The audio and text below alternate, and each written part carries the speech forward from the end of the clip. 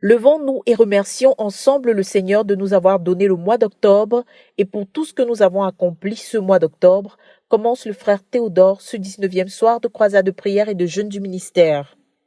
La prochaine fois que tu rencontreras octobre 2024, ce sera au tribunal de Christ, déclare-t-il avant d'inviter l'auditoire à se lever pour remercier le Seigneur pour ce nouveau mois de novembre que Dieu nous donne, que le Seigneur nous rende capables de vivre ce mois de novembre avec l'éternité en vue et à prier que le Seigneur nous accorde de porter du fruit ce mois de novembre, du fruit qui va demeurer jusque dans l'éternité. Si tu vas jeûner ce mois de novembre, lève-toi et supplie le Seigneur de te donner son onction pour jeûner jusqu'à la fin, invite l'orateur.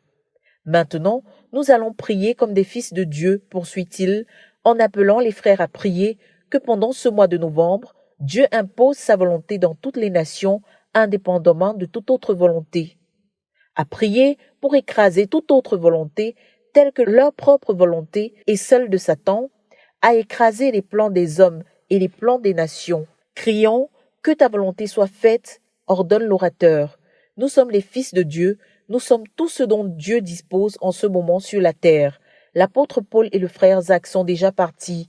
Ils ne peuvent plus élever ces prières que nous élevons maintenant. Donc, prie. Ô Dieu, impose ta volonté, exhorte-t-il avant de poursuivre. Jugeons tous les plans de Satan en ce mois de novembre sur toutes les nations dans le monde. Les États-Unis auront leur élection ce mois de novembre. Prions que tout comme Dieu avait visité Babel, que Dieu aille aux États-Unis d'Amérique pour imposer son candidat. Élevons les mains et disons au Seigneur, nous tes enfants qui sommes encore sur la terre, prions que tu prennes ton sceptre et écrases tous les plans de Satan contre l'Évangile en ce mois de novembre 2024, reprend le frère Théodore. Proclame à haute voix que le Seigneur Dieu omnipotent règne et qu'il n'y aura pas de fin à l'accroissement de son royaume. Levons-nous et demandons au Seigneur de déverser le Saint-Esprit sur toutes les nations de la terre pour accroître son royaume et freiner tout autre royaume. Proclame, à l'accroissement de ton royaume, il n'y aura point de fin, ordonne-t-il, avant d'inviter les saints à rendre au Seigneur des actions de grâce pour la présence, la puissance et la provision de Dieu dans les vies des individus.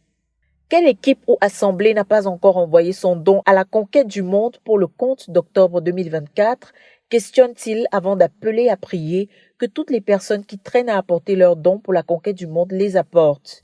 Il y a des domaines de la vie dans lesquels il faut être expéditif. La Bible dit que ta colère s'estompe rapidement. Lorsque tu te fâches, rassure-toi que le soleil ne se couche pas sur ta colère. Une autre chose pour laquelle nous devons être expéditifs, c'est celle au sujet de laquelle la Bible dit « Ne dis jamais à quelqu'un qui te demande quelque chose de revenir demain quand tu as cette chose-là avec toi. Même s'il s'agit de ton propre enfant, ne lui dis pas « Reviens demain » alors que tu as ce qu'il te demande, insiste-t-il avant la lecture de Proverbes 3 versets 27 et 28. Fais-le maintenant. Tu pourrais ne plus avoir une autre opportunité. Tu pourrais garder quelque chose à quelqu'un que tu aimes, mais la personne meurt sans que tu la lui donnes, et tu auras perdu cette opportunité pour toujours. Il faut battre le fer quand il est chaud, dit l'adage. Pourquoi? Parce que 5 000 pourraient bénir quelqu'un aujourd'hui, plus que 50 000 plus tard, et tu auras plus vite atteint le cœur de cette personne. Ne dis pas reviens demain, tu vas perdre ce cœur. Ne dit-on pas qu'un ami dans le besoin est un véritable ami? Un autre domaine dans lequel nous devons être expéditifs, c'est celui pour lequel la Bible dit qu'en tant que qu'ouvrier avec Dieu, nous t'implorons, ne reçois pas la grâce du Seigneur en vain, parce qu'il dit « Au moment opportun, je t'ai écouté, et au jour du salut, je t'ai exaucé. » Lorsque tu entends la volonté de Dieu, réponds par la foi. Dieu est là pour t'aider, selon 2 Corinthiens 6, verset 2. Cherche l'Éternel pendant qu'il se trouve, invoque-le pendant qu'il est prêt. Tout de suite, saisis-toi du Seigneur quand il est proche, recommande-t-il. Il y a des choses que nous devons faire de manière expéditive sans les remettre à plus tard. Cela pourrait être trop tard ou ne plus avoir la même pertinence que maintenant. De même, prêche à temps et à contre-temps. Il y a des choses qu'on ne doit pas reporter. Il y a plusieurs choses qu'on ne doit pas reporter, comme le don à Dieu. Si tu gardes l'argent de Dieu, on pourrait te le voler et ce ne sera pas enregistré au ciel que tu as donné. Si un voleur vole l'argent de Dieu entre tes mains, cet argent n'est pas arrivé au ciel et Dieu devrait te punir pour avoir perdu son argent. Ta maison pourrait aussi prendre feu et l'argent de Dieu avec. Cet argent ne sera pas allé au ciel. Il y a des choses qu'on doit faire très vite. Nathan avait dit à David, « C'est toi l'homme dont parle cette parabole. » Et David avait dit, « Je me repens. » Sur le champ, Dieu lui a dit, « Ton péché a été ôté, tu ne mourras point. » Ainsi, Dieu avait planifié de tuer David. Qu'en serait-il si David avait traîné à se repentir? Questionne le leader. C'est cette repentance immédiate qui lui a sauvé la vie. David savait-il que Dieu planifiait de le tuer? Il ne le savait pas. C'est cette repentance expéditive qui l'a sauvé de la mort. Pourquoi gardes-tu le péché? Tu gardes le péché et tu entres dans une voiture. Comment sais-tu que tu n'es pas le Jonas qui va causer l'accident de cette voiture? Sors ce péché de ton cœur et repens-toi. Ne le garde pas. Tu ne sais pas ce qui t'attend la prochaine minute, avertit l'orateur, avant d'inviter les frères à prier que nous soyons un peuple qui valorise le temps, un peuple qui fait les choses qui doivent être faites de manière expéditive. Le Seigneur avait dit aux apôtres, « Priez afin que vous ne tombiez pas en tentation. » Ils ne l'ont pas fait. Quand la tentation est venue, le moment de prier était déjà passé.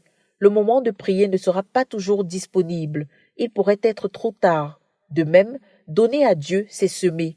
Plus tard on donne, plus tard on récolte. La procrastination te vole tes bénédictions, te vole tes récoltes. Bouge! Le prix du ciment peut changer en une semaine. Donc ton argent qui arrive une semaine trop tard est dévalué même au ciel s'il devait être utilisé pour construire la maison de Dieu.